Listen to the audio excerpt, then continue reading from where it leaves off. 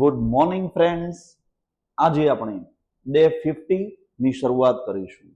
Day 50 માં શું આવશે?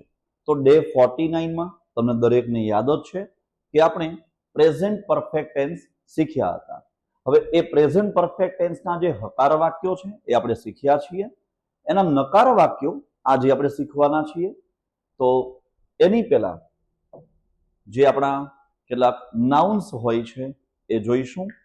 આજે સોલાર સિસ્ટમ એટલે કે સૌર મંડળ, આકાશની અંદર જે ગ્રહો હોય છે એના નામ છે સન એટલે કે સૂર્ય, મૂન એટલે ચંદ્ર, મર્ક્યુરી એટલે બુધ, વિનસ એટલે શુક્ર.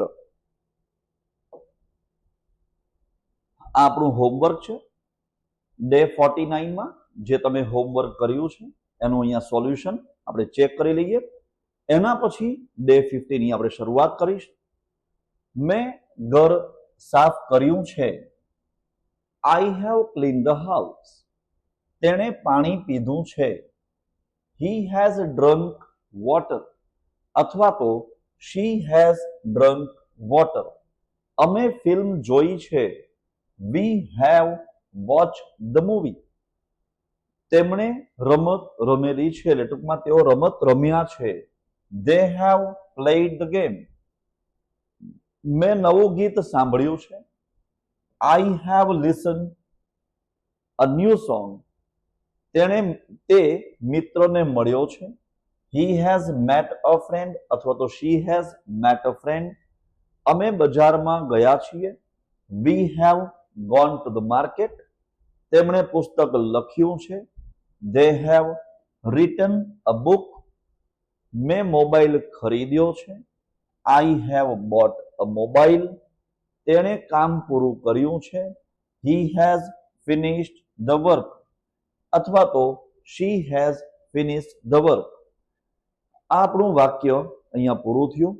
આપણું જે સોલ્યુશન છે ડે 49 નું એને આપણે કમ્પ્લીટ કરીએ છીએ. અને હવે ડે 50 માં જેમાં પ્રેઝન્ટ પરફેક્ટ ટેન્સ જેમાં આપણે હેવ કે હેઝ વાપરીએ છીએ, આ હેવ હેઝ વાળા વાક્યમાં સાથે એડ કરીશું આપણે નોટ, એટલે વાક્ય બનશે નકાર. તો વાક્ય જોઈએ આપણે. મેં નવું પુસ્તક વાંચ્યું નથી. મેં નવું પુસ્તક વાંચ્યું નથી. તો આ વાક્ય બનાવીશું.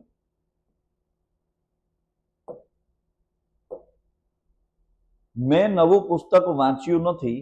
I have not read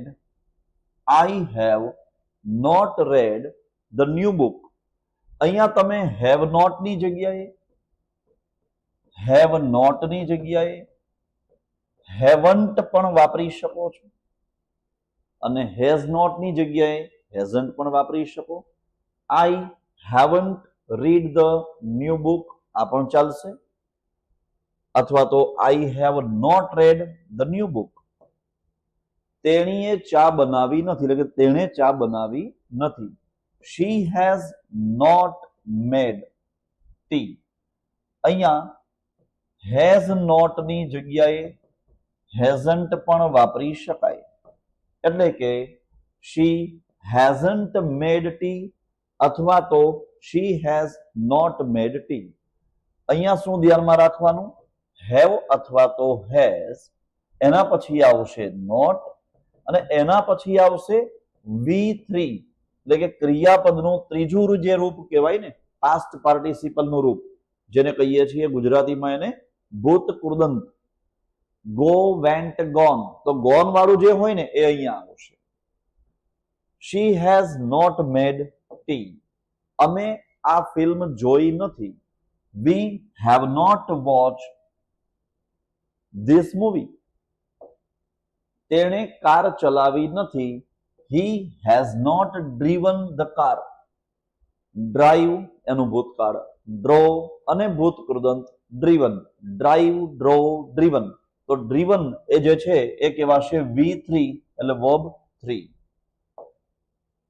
મેં હોમવર્ક પૂરું કર્યું નથી. I have not finished my homework. તેણીએ ગીત ગાયું નથી. ગાવું એટલે સિંગ, ગાવું એટલે કે સિંગ. એનું V2 કહેવાશે SANG sang અને V3 કહેવાશે SUNG sung. એટલે કે she has not sung a song. She has not sung a song. અમે અમદાવાદની મુલાકાત લીધી નથી. We have not visited Ahmedabad. We have not visited Ahmedabad. તેણે પરીક્ષા પાસ કરી નથી. He has not passed the exam. મેં નવું ગીત